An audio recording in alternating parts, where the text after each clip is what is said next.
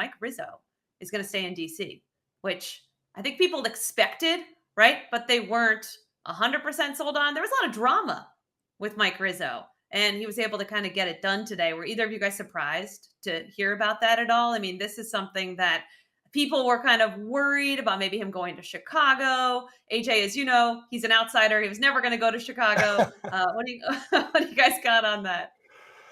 This is like the least surprising thing since Chris Getz was hired as the White Sox GM, right? I mean, them bringing him back, because this was reported weeks ago, I feel like, and then there was tension all of a sudden, and people are like, oh, maybe Rizzo's not coming back. I mean, he was always coming back. He won a World Series there. He's built teams. They're on the upswing again with Dave Martinez, who they brought back.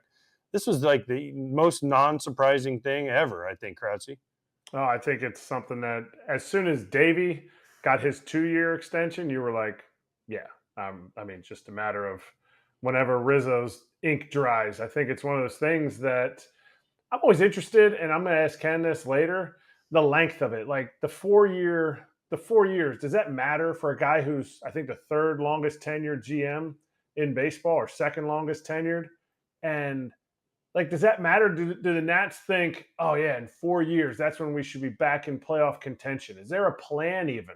Or is it just like, you've done a great job. I probably want to sell the team, so go ahead and continue the job.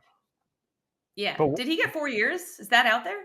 4? That's a long time. Maybe I put that on myself. 2.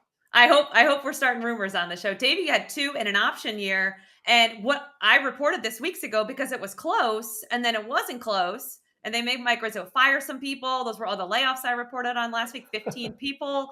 They were like, Mike, you can stay, but you better follow along, right? So this was really interesting to me. And then, of course, he gets on the call today and he said, well, we just never got around to my extension, even though it was 3 weeks after Davies. We just didn't sit in the same room and get it done.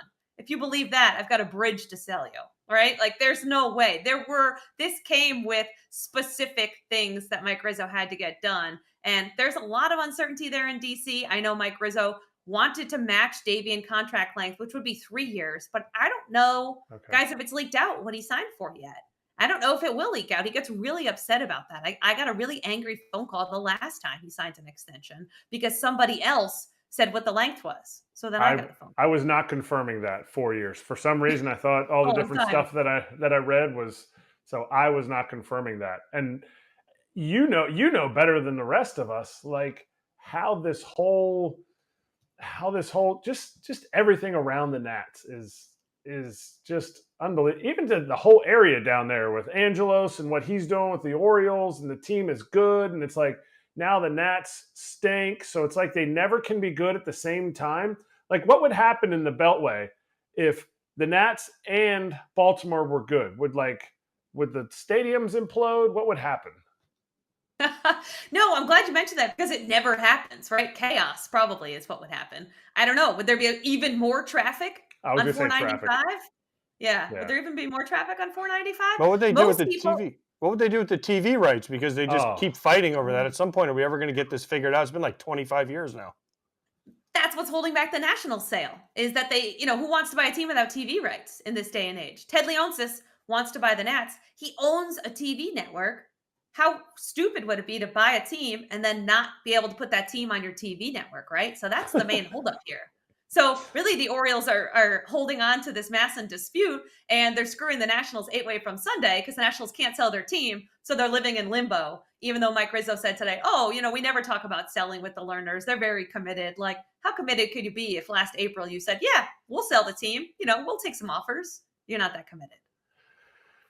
Hey, listen, there's a lot of people in Baltimore that would love to see the Angelos sell their team too. So maybe we could do a 2-for-1 deal. Oh, yeah. Buy one, get one. Yeah, buy one, get one free. A little BOGO. Yeah.